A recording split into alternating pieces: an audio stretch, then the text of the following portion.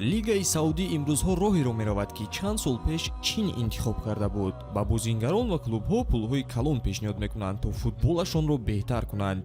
номҳои калон мисли Карим Бензема, Канте, Фабиньо ва ҳатто Неймару Роналдуро ҷалб карданд, аммо бозингарони дигаре ҳастанд ки чунин пешниҳодҳоро рад кардаанд. ҳатто баъзеи онҳо маблағи калонтар аз ситораҳои дар боло қайд кардаамон метавонистанд гиранд. дар ин навор 10 бозингари машҳурро мебинем ки ба гузариш ба футболи саудӣ ҷавоби негуфтаанд. фардо моро финали лигаи миллатҳои аврупо интизор аст. Ламин Ямали дар шакли беҳтарин қарор дошта метавонад ҷоми навбатиро ба даст орад ва барои соҳиб шудани тӯпи тиллоӣ қадами калоне гузорад. аммо аз тарафи дигар Португалия аст ки бо Роналду ва дигар бозингарони техникӣ омодаи рақобат ҳастанд. пешгӯии худро дар ин бозӣ бо 1x анҷом диҳед ва бо истифода аз калимаи сеҳрноки таҷфут то 8000 сомонӣ соҳиби тӯҳфа гардед. маълумотҳои лозима дар комментария. ба ҳама муваффақият. аввалин касе ки номашро мегирем Бруно Фернандеш аст. аксарият огаҳанд ки клуби Ал-Ҳилол сахт кӯшиш мекард ки ӯро ба ҳайъаташ ҷалб кунад. онҳо ба Бруно ҳафтаи 700 000 фунт пешниҳод карданд, 3 маротиба бештар аз музди ҳозирааш дар Манчестер Юнайтед.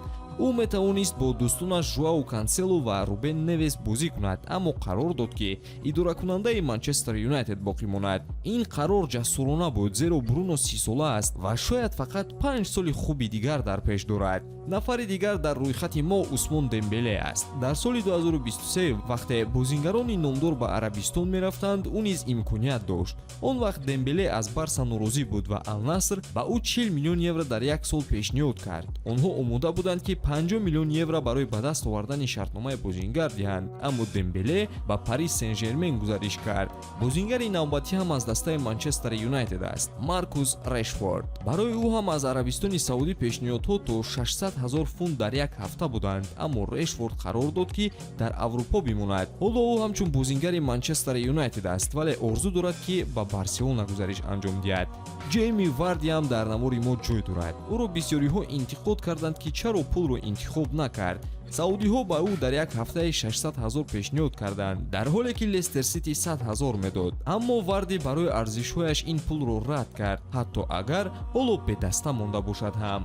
Лука Модрич қариб 38 сола аст, вале намехоҳад аз Аврупо равад. ӯро борҳо даъват карданд ва ҳатто 120 миллион евро дар як сол пешниҳод карданд, аммо ӯ ҳамеша ҷавоби немедод.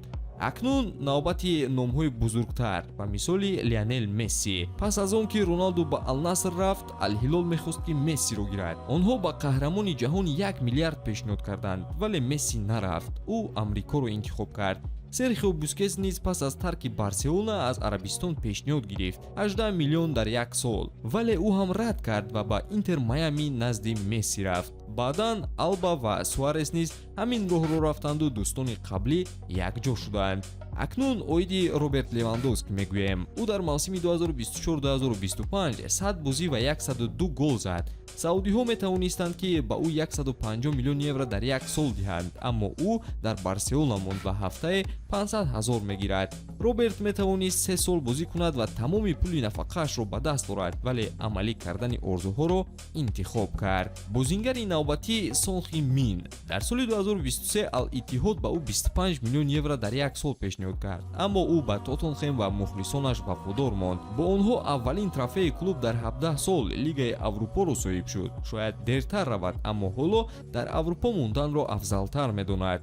мисоли охирин Оливье Жиру аст. ӯро ҳама мешиносанд. дастаҳои саудӣ ба ӯ 15 миллион пешниҳод карданд, вале Жиру ба Амрико рафт ва ҳоло дар Лос-Анҷелес Galaxy бозӣ мекунад. Арабистони Саудӣ ҳоло ҳам кӯшиш мекунад ки ситораҳои калонро ҷалб кунад, хусусан барои омодагӣ ба ҷоми ҷаҳони 2034. ба фикри шумо ки хариди навбатии дастаҳои Арабистон мешавад? фикри худро дар комментария нависед ва наворҳои ҷадидро мунтазир бошед. то боздид дӯстон.